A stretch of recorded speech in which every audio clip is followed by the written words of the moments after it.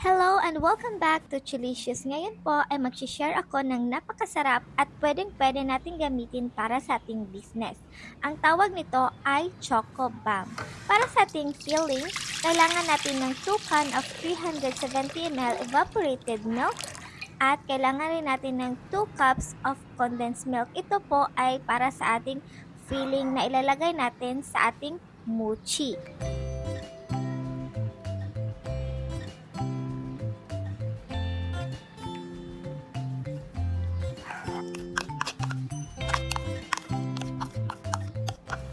At maglagay rin tayo ng 6 sachet of choco powdered milk. Ito po ay Bear Brand ang ginamit ko. At sa ating 6 sachet of choco powdered milk is equivalent to 3 cups of water.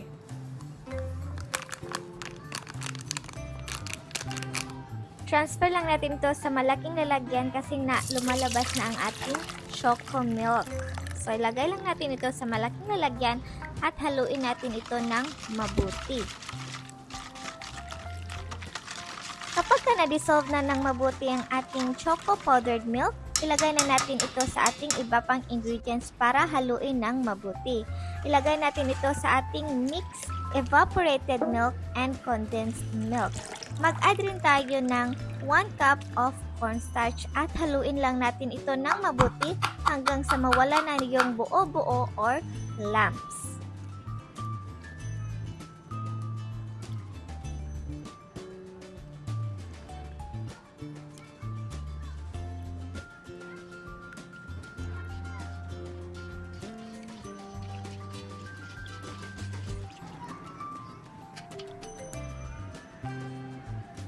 Kapag wala ng buo-buo or lumps ang ating mixture, iluto lang natin ito over medium heat setting lang mga ka-Chelicious para hindi ma-burn or masunog ang ating niluluto. At kailangan mga ka-Chelicious, continuous ang ating paghalo nito para hindi magbuo-buo or maging lumps ang ating mixture. Kapag ganito na kamalagkit ang texture ng ating mixture, hinaan lang natin ang ating fire into low setting. At maglagay na rin tayo ng 2 tablespoon of butter at mix lang natin ito ng mabuti hanggang sa ma-dissolve ang ating butter.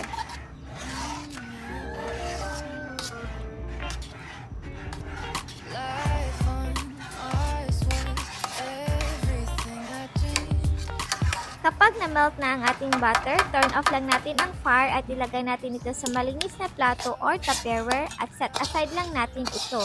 Proceed na rin tayo sa ating mochi dough. Para sa ating mochi dough, kailangan natin ng glutinous rice flour. Kailangan po glutinous rice flour at hindi rice flour. At ang ginamit ko po dito is 2,000 grams or 2 kilos of glutinous rice flour. Ilagay lang natin ito sa ating malaking lalagyan para haluin natin ito mamaya.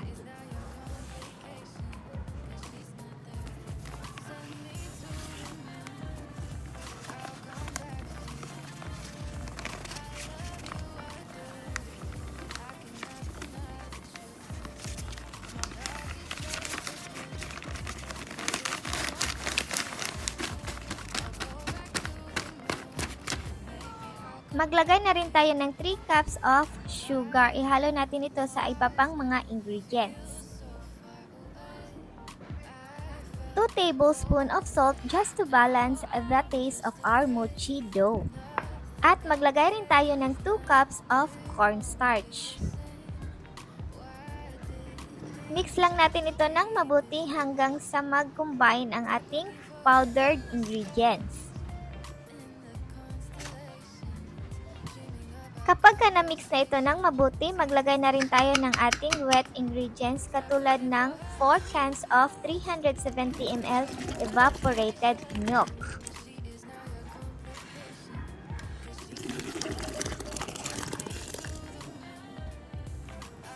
Haluin lang natin ito ng mabuti hanggang sa mag-combine ang ating mga ingredients.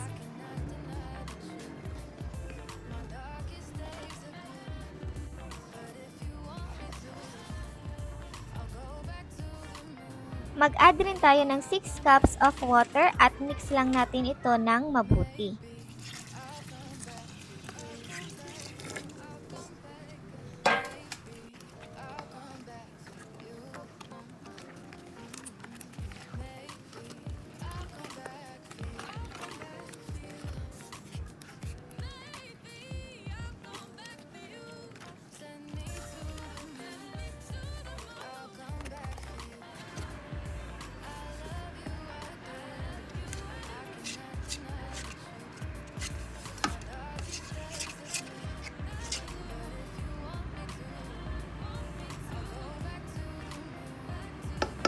wala ng buo-buo ang ating mixture, maglagay rin tayo ng 3/4 cup of butter sa ating mixture at haluin lang natin ito ng mabuti hanggang sa mag-combine ang ating mixture at butter.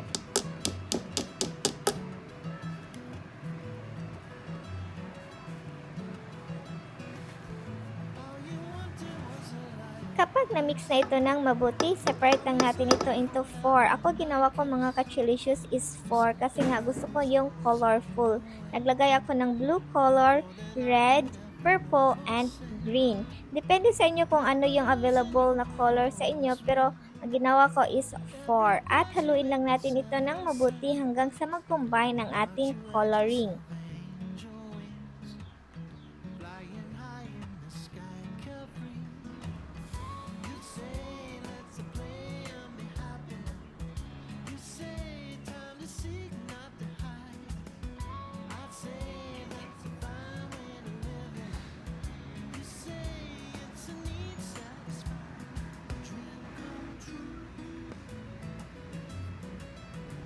At mga ka-Chelicious, napaka-importante na i-grease natin ng butter or oil ang ating lalagyan para mamaya kung kukunin na natin ang ating mixture is hindi kumapit ito. At ayan na nga, maglagay tayo ng ating mixture sa ating na-grease na nalalagyan.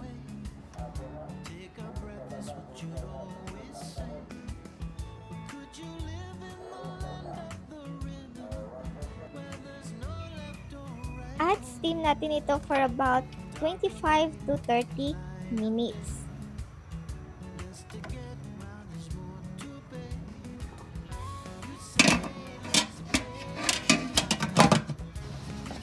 After 30 minutes, check natin if luto na ang ating mixture. Ginamit ko dito is stick at tinusok ko lang ito. Kapag kumapit, meaning hindi pa luto. Kapag hindi na kumapit ang ating mixture, meaning luto na ang ating mochi dough. Kunin lang natin ito at ilagay sa malinis na plato.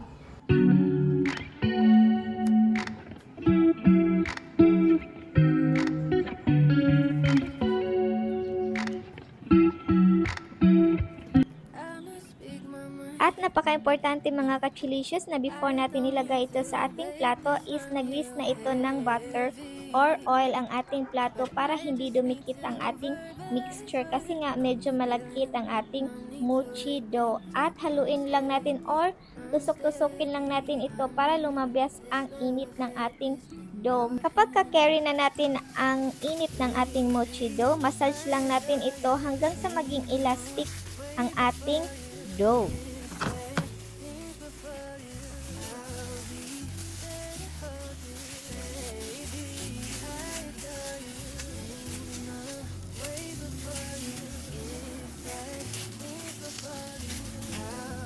Mga ka-Chelicious, napaka-importante na elastic ang ating mochi dough. Kapag hinihila natin ito, dapat hindi napuputol ang ating mochi dough.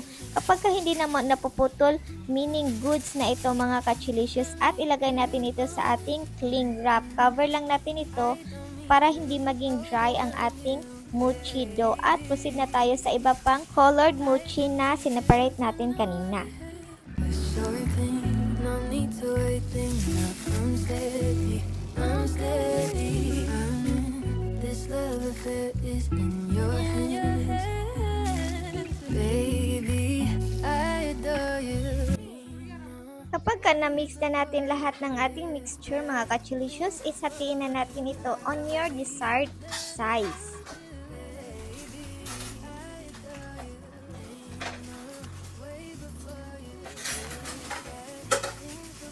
At stretch natin ng mabuti ang ating mochi dough para pag maglagay na tayo ng ating choco filling mamaya is hindi tayo mahirapan.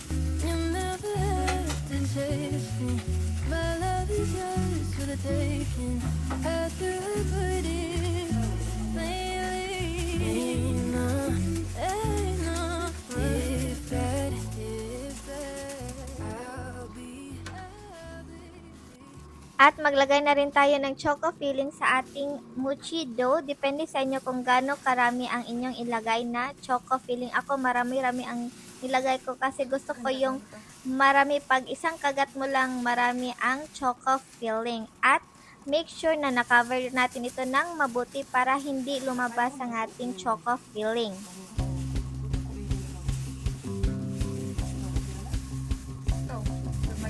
I've got trouble in my head, carried all the words you said, but yesterday is done.